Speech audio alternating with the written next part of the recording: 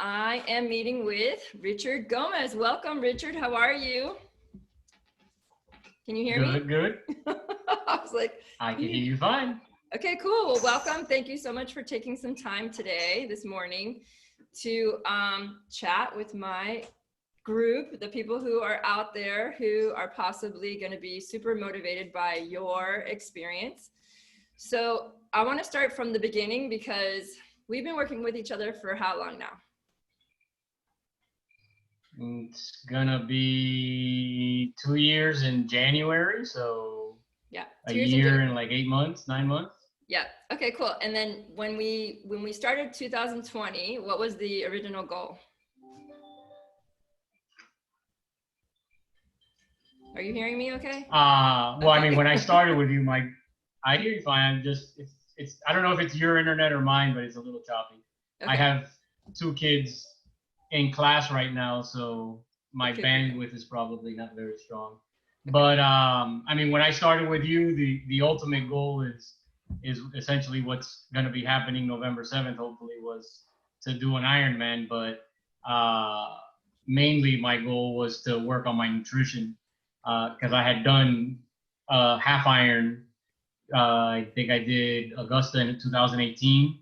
And I had trained on my own, downloaded one of those, stupid little Excel sheets from the Ironman website and figured I could do it on my own. And I did it. I did the half Iron, but that was in Augusta, right? Was that in Augusta? Yeah. Yeah. Yes. And I did the half Iron. I finished in the time I wanted to, but I felt like crap after. I actually fainted after the race. I threw up. My nutrition was terrible. I didn't feel good. And then when I finally decided that I wanted to suck it up and do a full Ironman, I wanted to do it right. And I had met you through my sister-in-law. Right. And really the main focus at first was to get my stomach right. Because when we first met, as I told you, I was taking prescription heartburn medicine every day. And you convinced me that you could get me off of it. And it's been a year and 8 months and I have not taken a pill. So love that. So yeah, so that's just a side note because we're still in deep training. You've never let go of that, but introduce yourself a little bit. So like, how old are you? I am, you broke up a little bit, but how old am I? I guess she said my name's Richard Gomez. I'm 45 years old. As far as doing triathlons, I basically started in 2018. I've only been doing it for a couple of years. When I was younger, I rode road bikes. Did that for 3 or 4 years. But when I was starting, and I wish I had it to pull up, but I don't. But I actually, for some reason, on a feed, a picture of me finishing my first triathlon came out, and it was a little scary. Yes, you've come a long way. When I used to ride bike, I was in good shape, but between that time, I've never been known to be a physically fit person. This is definitely the best shape I've been in my life. I think when I met Erinne, I was in decent shape, and I was weighing like 190, 185, 190 pounds. I'm down to 150 now and struggling to keep at 150 with all the training I'm doing. But it's been physically, I feel incredible. Awesome. And never been in better shape in my life. And I used to do century rides on my bike, but never anything like this. Right.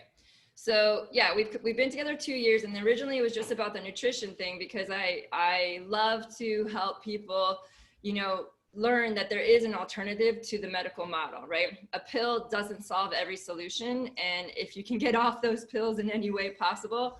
My holistic lifestyle coaching background is, where I support my athletes on that journey. And I had no idea that you were really going to go as far as you've come or make the transformation that you've made.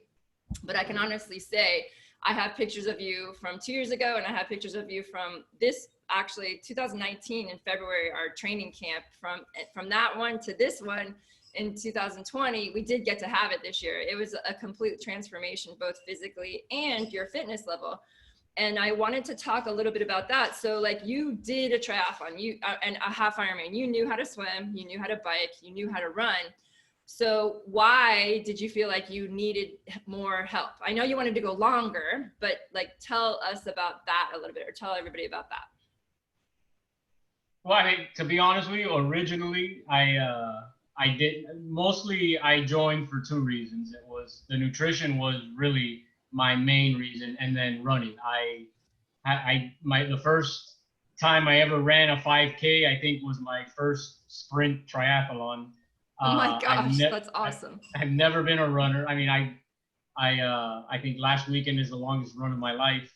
I think I did 15, 16 miles. So Yeah. that was basically the two reasons why I wanted to join. I mean, when I did my half iron, I did it with the Galloway method on an iPhone app, and I Okay. was walking and jogging and walking and jogging. And when I made the decision I was going to do an Ironman, I said, if I'm going to do it, I'm going to do it right. I don't want to walk. Right. So that was really the main reason. Now, I thought I knew how to run. I mean, I thought I knew how to swim, and I thought I knew how to ride bike. And as I got into my training, I realized that, yeah, I knew how to swim, but I didn't know how to swim well. And I knew how to ride bike, which that was the one thing that I always said. I was like, oh, I'm just gonna Right. go through the motions with that. And actually, probably 6 to 8 months ago, when I actually started listening to your plan and doing the intervals and doing all of that, now I don't even look at my speedometer anymore. I just look at my power and my cadence, and I'm killing any times I ever did. I mean, right now my bike has never been stronger. Right. And I love the text that you sent me last weekend when you were finished with your 15-mile run. What did you tell me? I feel amazing. I was Great. like, Yeah. yes. I was like, this is what training affords you, right? When you build up progressively, when you're not doing too long, too soon, and you have this huge foundation of strength and speed at the shorter distances, when you decide to go long, it's just a lot less stressful on the body and you actually feel better. So I'm super excited about what's to come in the next few weeks, hopefully, as long as Ironman Florida happens. And if it doesn't, we're going to do our own Ironman, right? It's not hopefully, it's going to happen. I got It's an gonna email happen. yesterday. They told me it's going to happen. Okay, I'm with you. It's gonna happen. It's gonna happen.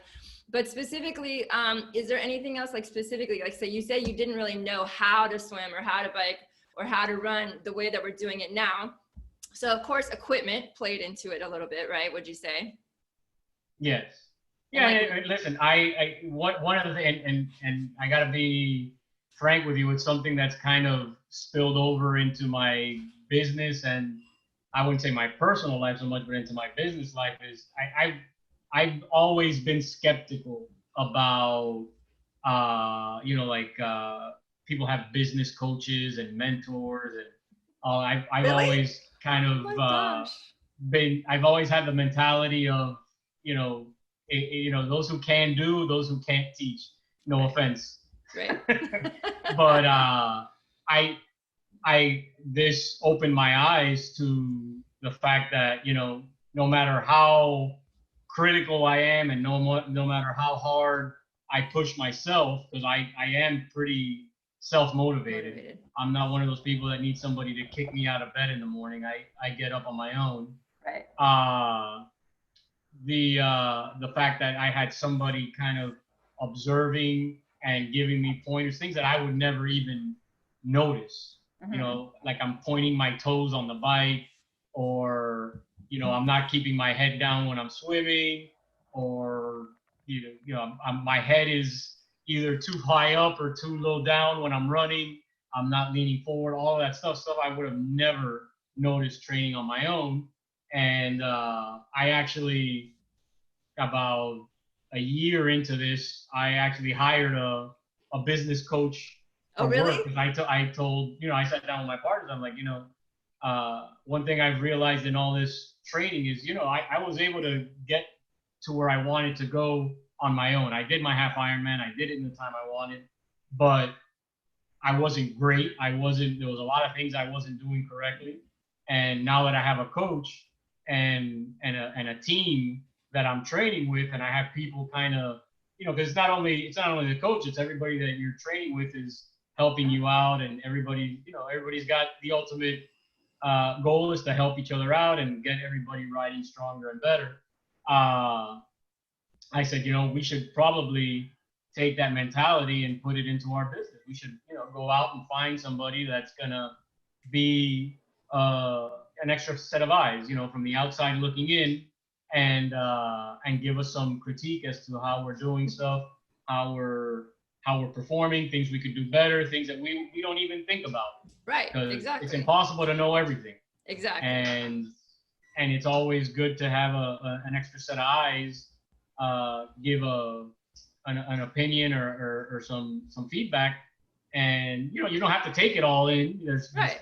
You could have your own opinions about stuff, but there's always things that you're not gonna be able to figure out on your own, and that's been game changing for me.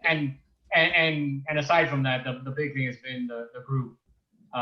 It does give you a sense of accountability. Apparently I was everybody's conscience for a while, because everybody kept telling me. That's exactly. You get me up in the morning because I know you're going to be there. Exactly. But now nobody wants to train with me because I'm doing long distance. So I'm back on my solo rides. So I did want to ask that, because that's actually my next question. Like, when COVID happened, like, you were one of the handful of athletes that just never lost focus. Like, you were committed, whether we were meeting or not, whether we had the group sessions or not, you kept on it. Every online thing I had, you were there. And I just want to know, like, in your mindset, like, what do you think, why do you think that that's how you are? And just because you were the inspiration for so many people. And, before this happened, you like won the most attendance, right? In all the classes that I have locally. You got Athlete of the Year last year. Just because you're so dedicated and you're so driven. But, during this particular time, is really when you showed your true colors, and look at the payoff right now, right? You're ready for Ironman, right? It's going to happen. And I'm so excited for you to cross that finish line. But what do you attribute that, that drive to? Could you say? Well, I mean, one is I'm very hard-headed, and I, like I said, I set out 2 years ago that I was going to do an Ironman. So that's just the way I am. When I say I'm going to do something, I'm not one of these people that takes on a bunch of different tasks, but when I take something on, I do it. And I do it no matter what gets in my way. Right.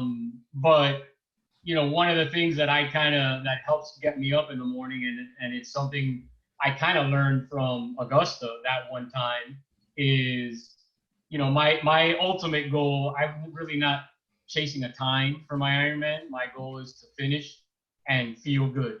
Right. That was always my goal. I didn't want to feel like I did after Augusta. And so that's kind of what I tell myself every morning is, as much as I don't want to get out of bed, and as much as, when COVID was happening, I had this doubt that any race was even going to happen. I had told myself, if it wasn't Lake Placid, it was going to be Florida, but I'm doing an Ironman this year if there's going to be one.